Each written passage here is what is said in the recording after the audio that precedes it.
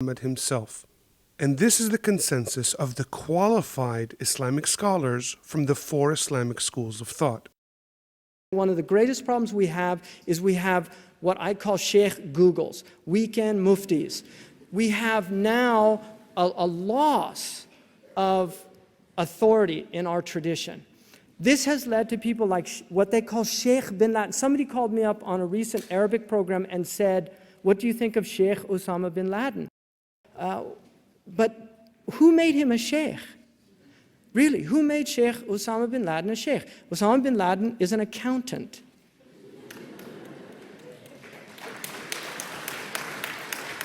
Ayman Zawahiri was a pediatric surgeon.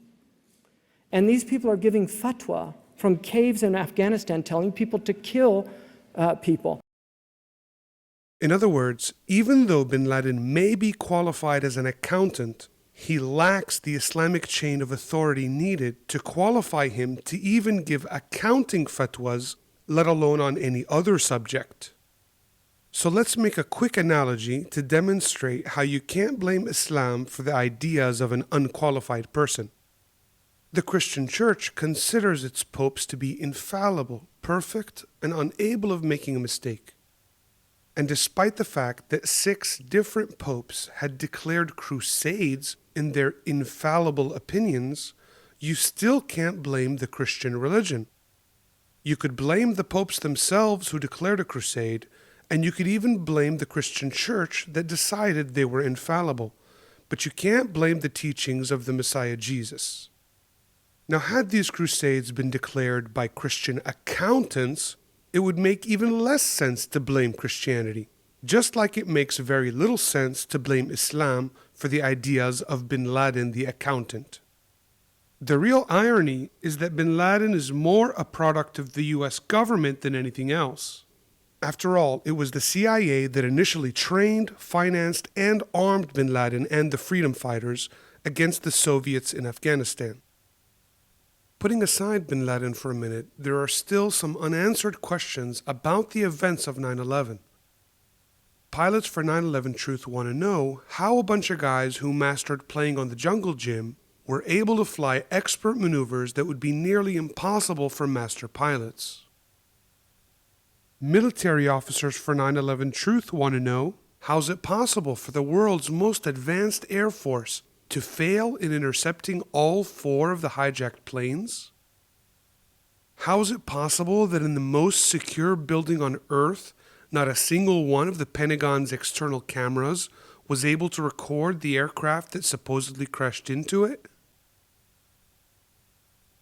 How is it possible that before 9/11, not a single steel-framed tower collapsed from even extreme fires for up to 20 hours, but the World Trade Center 7 building supposedly fell in just a few hours from mild fires? Architects and engineers for 9/11 Truth also want to know, how is it possible for the 2 World Trade Center towers to collapse at nearly the speed of gravity, despite the tremendous resistance of the floors below? They also want to know why the World Trade Center collapses behave and look more like demolitions and explosions. But these questions are irrelevant to the US government, as Barack Obama explained. I'm aware that there's still some who would question or even justify the offense of 9/11. But let us be clear. Al-Qaeda killed nearly 3,000 people on that day, claimed credit for the attack. But the biggest problem with the so-called admission tape is that the Pentagon mistranslates several key statements, including several parts of the audio that are not even audible. And other than being happy about that tragic loss of life, bin Laden does little more than describe what anyone could have seen and heard on the news. The fact is that bin Laden explicitly denied involvement in the 9/11 attacks numerous times. But here's what bin Laden himself said 5 days and then 17 days after 9/11. He said, "I stress that I have not carried out this act, which appears to have been carried out by individuals with their own motivation." Then on the 28th of September, just 17 days after 9/11.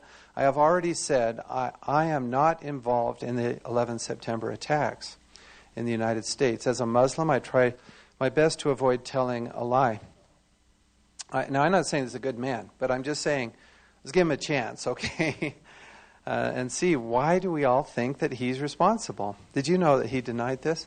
See, what happened was the U.S. administration urged American media not to broadcast these words because they're saying perhaps he's giving signals to the cells of terrorists that are still in the United States, which is possible. Yeah. But as you actually look what he says, he is denying that he was involved. And this is after the release of the so-called confession tape. He says again, the United States now has attacked Afghanistan and killed many people. They are innocent, but on a mere suspicion, the United States has launched this fierce campaign. We have witnessed the true crimes of those who call themselves... should I not give this guy a chance to speak? I think I should. Okay. We have witnessed the true crimes of those who call themselves humanitarians and claim to be defenders of freedom. Certainly not for these people who died. What's happened then is that bin Laden was convicted on TV. The question is, what other suspects were even investigated? The evidence from the crime scene, as we've seen, was destroyed as the steel beams were cut up and shipped quickly away. The dust was declared safe.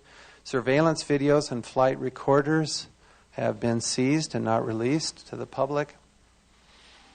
I'm talking here about the surveillance videos at the Pentagon in particular. They released 5 frames, which don't show a jet going into the Pentagon at all. It's very suspicious.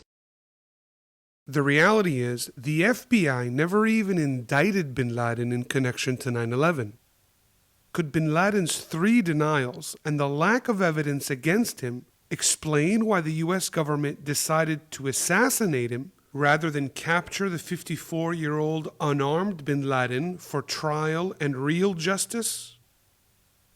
But do we really need to prove that the U.S. government has lied about bin Laden before?